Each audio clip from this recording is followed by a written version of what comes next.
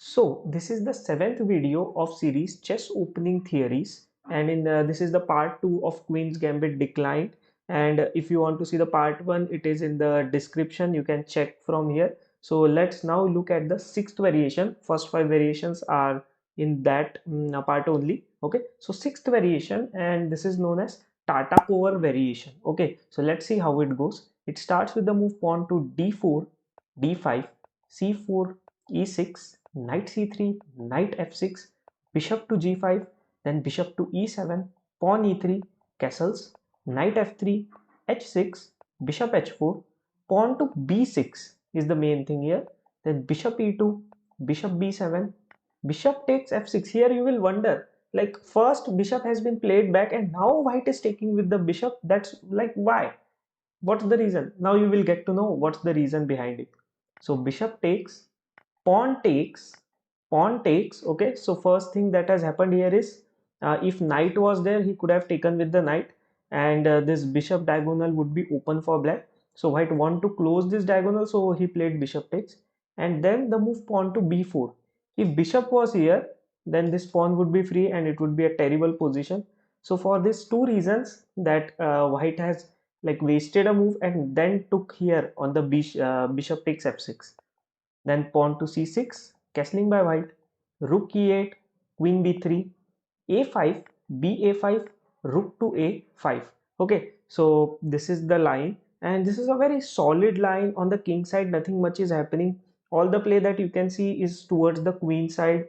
You can see these are the little weaknesses that white can try to attack. At the same time, there is an open file that black can use there, and also black has a bishop pair. Okay, so and you can see like overall like plus and minuses are there for both the sides. So all three results are expected from this line. Okay, now let's go back and now let's look at the seventh variation, and this seventh variation is known as exchange variation. Let's see how it goes.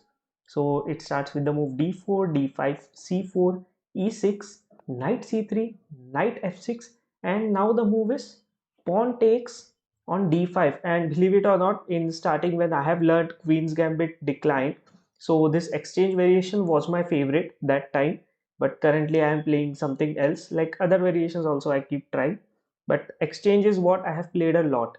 Okay, so it goes with e takes d5, bishop g5, c6, knight f3, bishop e7, pawn e3, knight b d7, bishop to d3, knight h5, bishop takes, queen takes, castles, knight h back to f6, queen c2, castling by black, rook f e1, g6, pawn a3, knight to b6.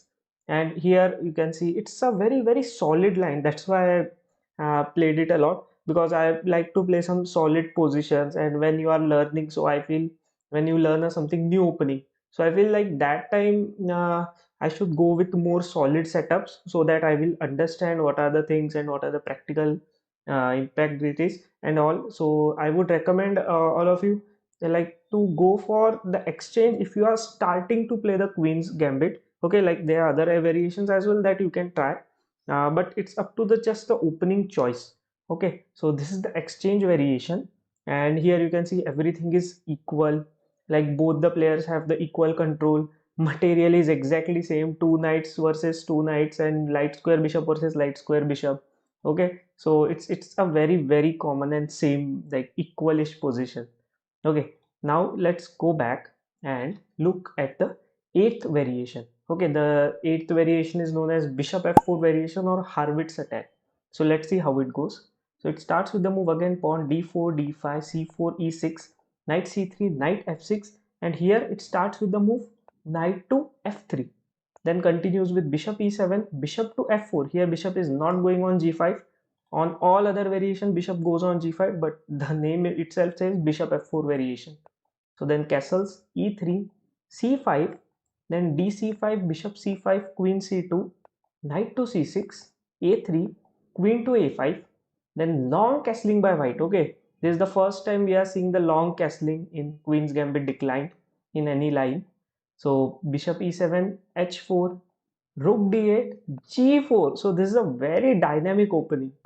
So then bishop d7, king to b1, dc4, bishop c4, rook a c8, g5, knight h5.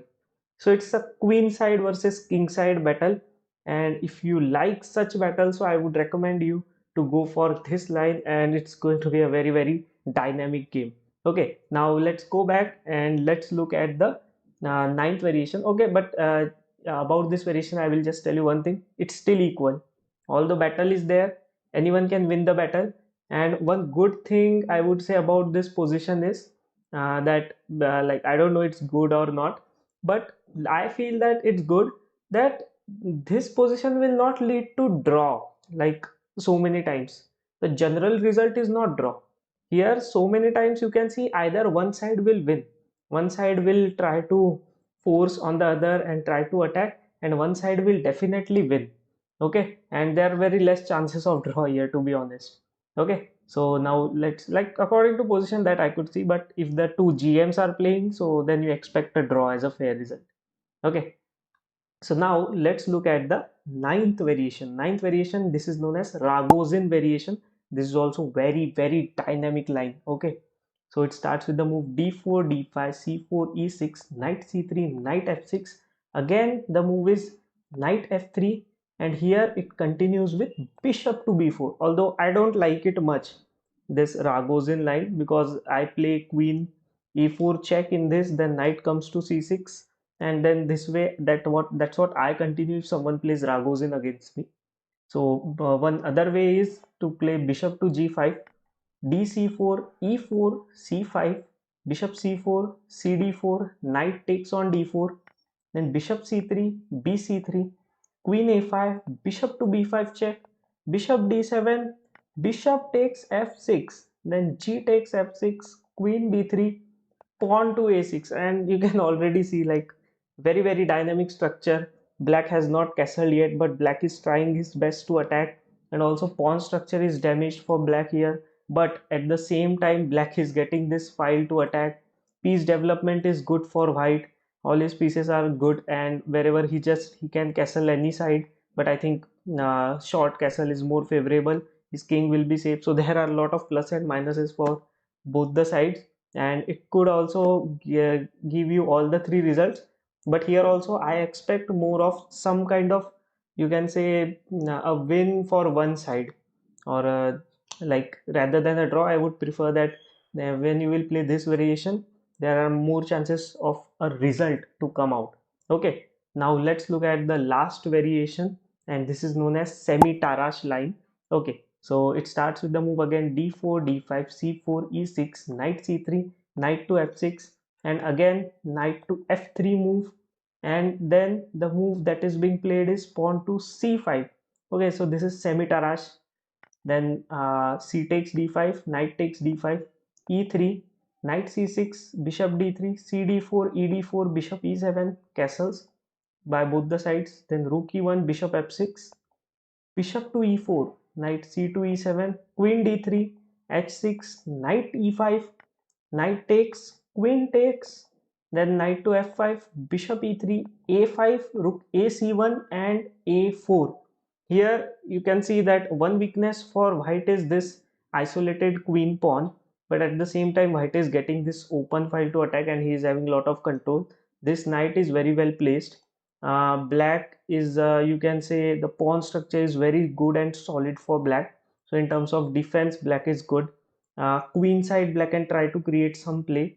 So it's there, like both the sides can equally play it. And this is the theory of the Queen's Gambit decline. Hope you have enjoyed this video. Please like the video and subscribe to the channel for more such videos.